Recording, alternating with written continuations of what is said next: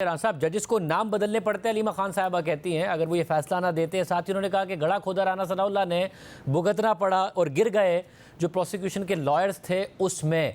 इन 3 cases का फैसला आया था इलेक्शन से पहले और 10 दिन के अंदर अंदर हमने देखा, 10 दिन पहले और 1 हफ्ते के अंदर 3 सज़ाएँ आई। और आपने हमारे प्रोग्राम में कहा था कि ये जो सज़ाएँ जिस तरीके से आई, इसका नुकसान हमें हुआ इलेक्शन में। एक तो इलेक्शन से पहले नुकसान हुआ सज़ाएँ होने की सूरत में, अब सज़ा एक एक करके ख़त्म होगी तो आपको इलेक्शन के बाद भी इसका नुकसान होगा। देखें, किसी चीज़ का सियासी तौर पे फ़ायदा होना या नुकसान होना जो है वो अलहदा चीज़ है, लेकिन केस के मेरिट जो हैं वो तो सियासी तौर पे नहीं होते। ये केस जो है, इस केस के सही होने में तो कोई शक नहीं है। पूरी दुनिया ने देखा कि साइफ़र जो है वो एक प्रिविलेज डॉक्यूमेंट है। उन्होंने पूरी दुनिया के सामने लहराया, पूरी दुनिया के सामने उन्होंने जो है वो उसके कंटेंट्स को डिस्कस किया, जो कि वो अपने हलफ की रूह से और उस प्रिविलेज डॉक्यूमेंट की जो लीगल और कॉन्स्टिट्यूशनल पोजीशन है वो नहीं कर सकते थे। फिर इसी तरह से उन्होंने जब ये कहा कि इस साइफ़र से हमने खेलना है, यानी सियासी खेल खेलना है, वो पूरी दुनिया ने सुना। उस अपनी गुफ्तगू को आज तक इन्होंने चैलेंज नहीं किया।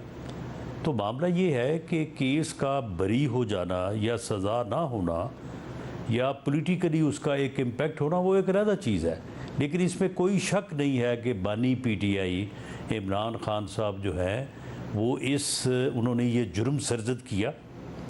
वो इसमें कसूरवार इस हद तक है कि वो इकबाली हैं। वैसा मगर उन्होंने खुद पूरी दुनिया के सामने तस्लीम किया कि मैंने ये जुर्म किया है। राना सनाउल्लाह साहब, यही तो कमाल है कि इमरान खान साहब ने जो बातें खुद मानी थी, प्रोसिक्यूशन वो भी नहीं साबित कर सकी है, और साइफ़र की मौजूदगी है और उसके कंटेंट के हवाले से अदालत के सामने कुछ रिकॉर्ड नहीं रख सकी है। साइफ़र को मिलना, साइफ़र का गुम करना तो इमरान खान साहब ने माना था, ये तक भी नहीं साबित किया जा सका। जस्टिस आमिर फारूक साहब पर इल्ज़ाम तहरीक इंसाफ लगाती है, उन्होंने आज फैसला दिया है। तो ये जिस तरीके से ट्रायल चलाया गया और जितनी जल्दी में इससे सियासी मकासद हासिल करने की कोशिश की गई, ये जो आप कह रहे हैं मेरिट पर केस बनता था, इमरान खान ने जो चीज़ें मानी थी वो भी नहीं साबित हो सकी हैं, तो उल्टा नुकसान ही हुआ ना आप लोगों को। लेकिन देखें शाहज़ेब, बात ये है कि अगर ये बातें जो है वो पेश नज़र रखी जाएं तो एक कानून के तालिब इल्म के तौर पे ये केस रिमांड होना चाहिए था। अगर इसके ट्रायल में कोई बेज़ाब्तगी हुई या कोई जल्दबाजी हुई तो उसको जो है वो रिमांड होना चाहिए था। जब एक जुर्म साबित है, मेरिट के ऊपर साबित है, तो क्या फिर जजेस की ये ज़िम्मेदारी नहीं है कि अगर उसमें कोई प्रोसीजरल कोई कमी बेशी हो गई है तो उसको पूरा करवाने के लिए या उसको दोबारा से करने के लिए उसको रिमांड करते। साहब ये देखें, प्रोसिक्यूशन की जिम्मेदारी थी ना। राना साहब, आप खुद भी वकील हैं, ये प्रोसिक्यूशन की जिम्मेदारी थी कि साबित करते कि प्रोसीजरल खामियां हैं। एक तो बहुत लेट स्टेज पे जाके ये कहा, जिसकी वजह से इमरान खान साहब के वकील को ये कहने का मौका मिला कि बहुत लेट स्टेज पर आकर ये बात कर रहे हैं। दूसरा, जो केस की बुनियाद थी वही नहीं साबित कर सके तो कलदम ही हो गया सब कुछ, बजाय इसके कि रिमांड बैक होता। और जस्टिस आमिर फारूक साहब पर तो आपको कोई एतराज़ नहीं है, चीफ जस्टिस इस्लामाबाद हाईकोर्ट के, पीटीआई को एतराज़ है। नहीं, देखें शाहज़ेब, ये तो फिर जजेस का एक अपना जो है वो डिस्क्रिशन भी होती है। एक जगह पे वो कहते हैं कि जी टेक्निकलिटीज़ जो हैं इनकी बुनियाद के ऊपर जो है वो जस्टिस इंसाफ डिफीट नहीं होना चाहिए, तो लिहाजा अगर ये प्रोसीजर्स गलतियां हो भी गई हैं तो इसका कोई इम्पेक्ट नहीं है। एक दूसरी जगह पे वो कहते हैं कि जी क्योंकि ये प्रोसीजर्स मिस्टेक्स हुई हैं तो इसलिए जो है वो केस को रिमांड किया जाता है। एक तीसरी जगह पे कहते हैं जी इसको बरी किया जाता है।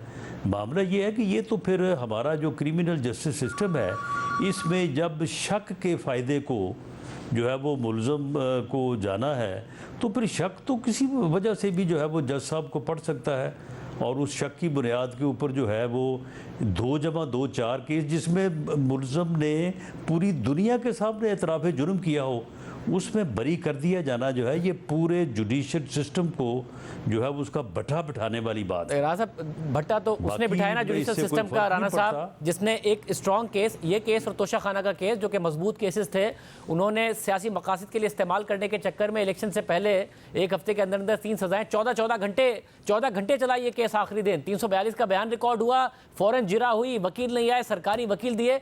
जिसने ये सब किया, राणा साहब, आपको शिकायत उससे होनी चाहिए ना। देखें, मामला ये है कि ये एक अदालत ने फ़ैसला किया, एक जज ने फ़ैसला किया, ये किसी इंतज़ामी अफीसर ने फ़ैसला नहीं किया। अब अगर मुल्ज़म जो है वो किसी तरह से ट्रायल को चलने ही ना दे, आपको पता है कि इनका इतना एक्सपीरियंस है, 7.5 साल इन्होंने जो है वो केसेस जो है वो उनको लटकाया है। तो फिर अगर जज जो है वो उसके ऊपर कोई अपना ऐसे मय्यज़ लेता है कि केस का जो है वो फ़ैसला जल्दी करने के लिए, तो वो ठीक है, आला अदलिया में उसको जो है वो देखा जा सकता है। लेकिन मामला ये है कि बावजूद इसके, अब देखें ना, एक कत्ल होता है, मुल्ज़म जो है वो बाद में बरी हो जाता है, तो क्या वो कत्ल जो है वो मकतूल जो है वो ज़िंदा हो जाता है बाद में कि जी मुल्ज़म बरी हो गया तो लिहाजा वो जो है उठ के बैठ जाएगा, कब्र से बाहर निकल आएगा? मामला ये है कि ये जुर्म तो हुआ है, जुर्म जो है वो इमरान खान ने, बानी पीटीआई ने किया है। बाकी ये है कि बरी हो जाना या किसी शक के फ़ायदे की बुनियाद पे जो है वो केस का जो है वो कामयाब ना होना, वो एक अलग चीज़ है। ऐसा फिर ये बताइए कि किस तरीके से अब इमरान खान साहब जेल में रह पाएंगे। ये नज़र आ रहा है कि ज़ाहिर है हुकूमत की भी, इदारों की भी फ़िलहाल तो कोशिश है कि उन्हें जेल में रखा जाए। शामिद कुरैशी साहब ने अगर आज बरी होना था, इसको एंटिसिपेट किया गया, तो उन्हें 9 मई के 8 मुकदमात में जेल में रहेंगे, वो भी बरी होने के बावजूद रिहा नहीं होंगे। कब तक रख पाएंगे अब आप? आपको क्या उम्मीद है कि कोई ऐसा केस है 190 मिलियन पाउंड या किसी और केस में फैसला आ जाएगा जिसका अलीमा खान साहबा बात कर रही है, और कब तक रख पाएंगे आप कि बाकी केसेस भी हायर कोर्ट में आके उड़ नहीं जाएंगे?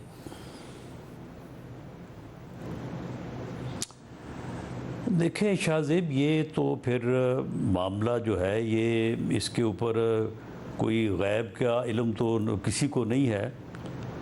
लेकिन मामला ये है कि एक आदमी जुर्म करे, एक आदमी जो है वो रियासत को जो है वो डिफीट करने के लिए जो है वो इस किस्म के हथकंडे अपनाए, और उसके बाद फिर अगर उसे किसी तरफ से सपोर्ट मिलती है तो ठीक है।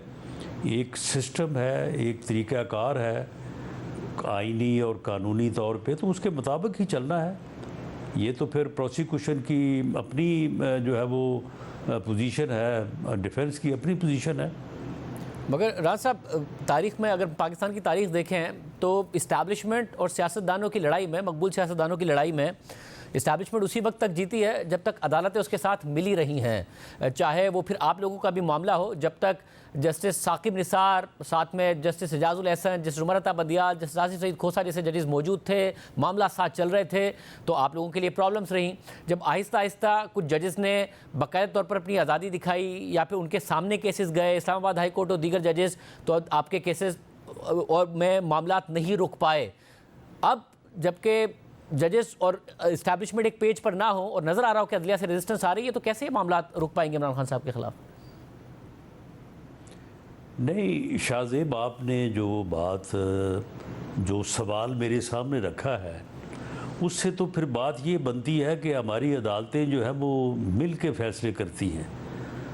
अगर इस्टेब्लिशमेंट के साथ मिल सकती है तो फिर दूसरी तरफ भी मिल सकती है, मुद्दई से अगर मिल सकती हैं तो मुल्ज़म से भी मिल सकती हैं। तो फिर क्या मैं ये समझूं कि इस मरतबा अदालतें जो हैं वो डिफेंस के साथ, मुल्ज़म के साथ मिली हुई हैं? लिहाजा एक ऐसे मुकदमे में जिसमें जो है वो उसने एक एतराफ़ जुर्म किया है, पूरी दुनिया के सामने किया है, और उसमें कोई शुबा नहीं है, तो उसमें अगर मुल्ज़म को राय दी गई है, तो फिर अगर अदालतें मिल मिला के ये काम करती है तो फिर कभी दाईं तरफ मिल गई, कभी बाईं तरफ मिल गई। राज साहब, अगर जिस तरह आप लोगों के खिलाफ अदालतों ने इदारों के साथ मिलकर अगर फैसले दिए, मगर जब आपको रिलीफ मिला तो ये थोड़ी कहा जाएगा कि अदालतें आपके साथ मिल गई थी। केस में कमज़ोरियाँ थी, आज़ाद जजेस ने फैसले दिए, आप लोगों को रिलीफ मिला। उसी तरीके से अगर केस में कमज़ोरियाँ हैं, ट्रायल में कमज़ोरियाँ हैं, तो ये कहा जाए कि इमरान खान साहब के साथ मिल गई हैं, या फिर केस की कमज़ोरियाँ नहीं होनी चाहिए थी, सज़ाएँ इस तरह होनी चाहिए थी कि केस में कमज़ोरियाँ ना होती और फैसले में इस तरीके की कमज़ोरियाँ ना होती?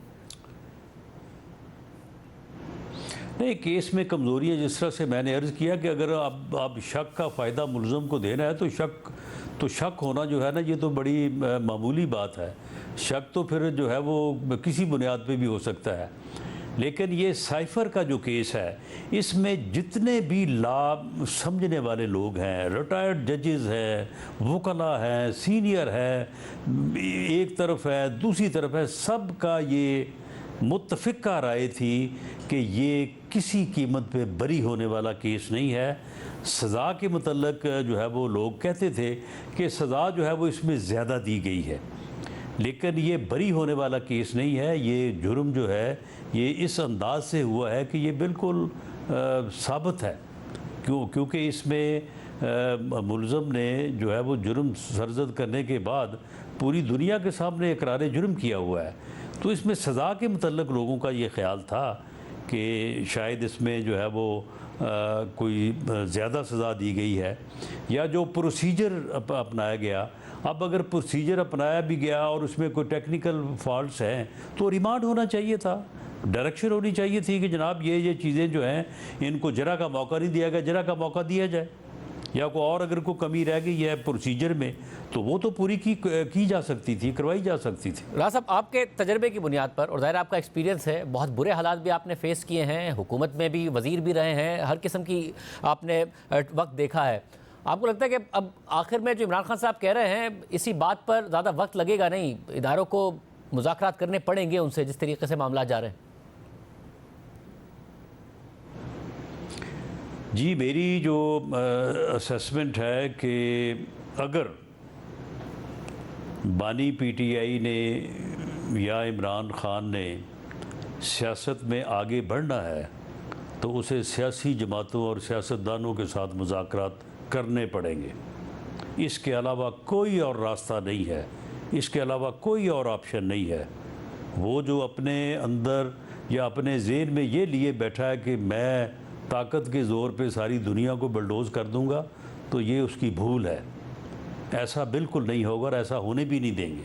मतलब आपने कहा कि उन्हें करने पड़ेंगे, इसके अलावा कोई रास्ता, कोई इस्टेब्लिशमेंट जो है मेरी असेसमेंट के मुताबिक कोई मुज़ाकरात नहीं करेगी। मगर जैसा आपने कहा कि इसके अलावा कोई रास्ता नहीं है कि वो आप लोगों से या सियासतदानों से मुज़ाकरात करें, ऐसा नहीं लगता आपको कि आगे जाके इदारों के पास कोई रास्ता या कोई ऑप्शन नहीं होगा कि वो इमरान खान से मुज़ाकरात करें?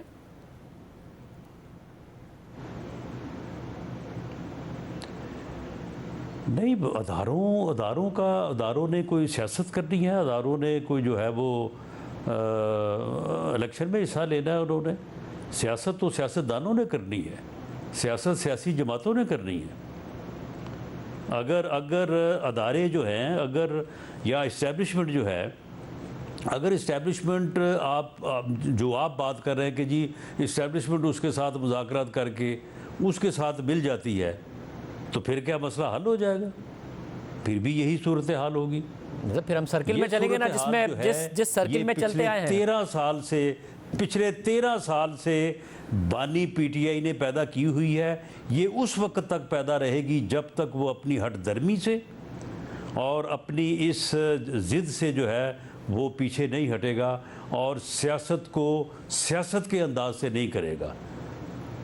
साहब, जितना आप सिर्फ 13 साल की बात कर रहे हैं, 13 साल में बहुत कुछ ऐसा हुआ जिसकी आप बात कर रहे हैं, मगर क्योंकि सर्किल में सियासत घूमती रहती है, कभी आप रिसीविंग एंड पर होते हैं, कभी आप हुकूमत पर होते हैं, तो कल को इमरान खान साहब हुकूमत में हों, उनके इदारों के साथ ताल्लुकात बेहतर हों, आप रिसीविंग एंड पर हों, इसका हल ये नहीं है कि इदारे मुदाखलत करना बंद कर दें ताकि फिर सियासतदान किसी न किसी स्टेज पर जाके, इमरान खान भी मजबूर हों आप लोगों से बात करने के लिए? नहीं, अदारों ने तो मुदाखलत बंद की है। आप झगड़ा किस बात का है? झगड़ा इसी बात का है ना कि अदारों की मदद से या इस्टेब्लिशमेंट की मदद से इमरान खान जो है वो अपोजिशन को सफ़ाए हस्ती से बटाना चाहता था। वो समझता था कि अपोजिशन इस मुल्क का मसला है, इकॉनमी इस मुल्क का मसला नहीं है। और वो इस्टेब्लिशमेंट से उसका ये मुतालबा था कि आप मेरा साथ दें ताकि अपोजिशन को जो है वो बिल्कुल फ़ारग कर दिया जाए, ख़त्म कर दिया जाए। जो वो कहा करता था कि जी अगर मेरे पास इख्तियार हो तो मैं 500 आदमियों को जो है फांसी पे लटकाना चाहता हूँ। किसको लटकाना चाहता था? अपोजिशन को, हमें। जब इस्टेब्लिशमेंट ने उसका साथ नहीं दिया तो फिर उसने इस्टेब्लिशमेंट के साथ झगड़ा शुरू किया कि ये तो मीर जाफ़र है, ये तो मीर सादक हैं, ये चौकीदार जो है, चौकीदार अगर घर में डाकू आ गए हैं और चौकीदार जो है वो आके फायर नहीं कर रहा तो ये चौकीदार किस बात का है।